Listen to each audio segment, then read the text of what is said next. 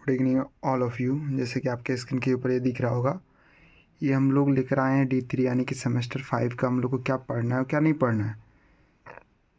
तो देखिए, सबसे पहले आपको अगर D3 की बात करें, पहले D1 D2 D3 होता था, लेकिन अब हम लोग का सेमेस्टर वाइज है, तो हम लोग सेमेस्टर वाइज में देखते हैं। सेमेस्टर 5 है हम लोग का, सेमेस्टर 5 है। सेमेस्टर 5 में आपको देखना है, सेमेस्टर 5 में हम लोग को दो चीज़ पढ़ना है, एक कोर पढ़ना है और एक DSE। DSE मतलब हो गया, जो फुल फॉर्म ऊपर में दिख रहा होगा, डिसिप्लिन स्पेसिफिक इलेक्टिव लेना है। तो कोर में हम लोग जैसे कि अभी तक कोर 10 तक पढ़ चुके हैं, अभी हम लोग को कोर 11 और कोर 12, 80+20 और 80+20 दो कोर होंगे। दो कोर में हम लोग, एक में कोर पेपर 11 जो होगा वो हायर रियल एनालिसिस पढ़ना है, या फिर आपका रियल एनालिसिस जो भी प्रीवियस सेमेस्टर में रियल एनालिसिस पढ़े उसी का बुक का सेकंड पार्ट उसी में होगा, वो पढ़ना है।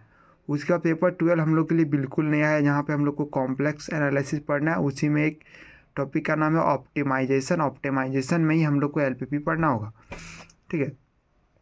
और दूसरा बात करें तो हम लोग को देखने को मिलेगा DSE। DSE की बात करें, जब वो DSE घूम के फिर के नीचे आएगा तो DSE को भी हम लोग को कितना पढ़ना है, 2 DSE पढ़ना है। जो DSE कितना कितना मार्क्स का होगा, 80+20 और 80+20। तो DSE 1 जो हमारा होगा वो matric space and topological space, हम लोग को ये चूज करना है, ठीक है। आपके पास एक और ऑप्शन रहेगा, आप लोग सिलेबस में देख सकते हैं। उसके बाद ये चूज करने से क्या होगा कि इसकी जो मटेरियल अवेलेबल हो जाएंगे और ये आसान टॉपिक है। उसके बाद अगर DSE 2 की बात करें तो वो मैकेनिक्स है, जो स्टैटिक्स और डायनेमिक्स जो हम लोग अभी पढ़ के आए सेमेस्टर 4 में, उसी का कुछ भाग है उसमें। तो इसी स्टैटिक्स और डायनेमिक्स जो हमारा वही सेमेस्टर 4 का ही कुछ कुछ पार्ट इसमें बचा हुआ है, उसको यहाँ पे पढ़ना होगा। और अगर DSE 2 की बात करें तो वहाँ पे भी आपको सब्जेक्ट कॉम्बिनेशन चूज करने के लिए मिलेगा, वहाँ से आप चूज कर सकते हैं। लेकिन आपको ये पूरा पता चल गया कि क्या क्या करना है, तो चलिए एक बार फिर से हम लोग देख लेते हैं कि आपको कोर और DSE पेपर पढ़ना है, ठीक है। और इसमें भी एक सेक रहेगा मोरल वैल्यू एजुकेशन का के, वो बाद में बताएंगे। तो यहाँ पे कोर 11 पढ़ना और कोर 12 पढ़ना, और DSE में पेपर पढ़ना DSE 1 DSE 2। कोर 11 में आपको हायर रियल एनालिसिस या फिर रियल एनालिसिस जो आप लोग पढ़ चुके होंगे पहले, उसी का आगे भाग पढ़ना है पार्ट। पेपर 2 कॉम्प्लेक्स एनालिसिस और LPP उसी में अलग से 2 बुक वहाँ पे।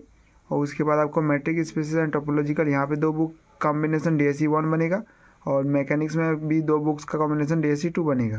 तो आज वीडियो कैसी लगी कमेंट सेक्शन में जरूर बताइएगा। तो आप लोगों को पता चलेगा कि आप लोग पढ़ाई स्टार्टअप कर दीजिए, क्योंकि टाइम बहुत कम है। एग्ज़ाम आपके जल्दी 3-4 महीने में फिर से हो जाएंगे। तो मिलते हैं किसी नेक्स्ट वीडियो में।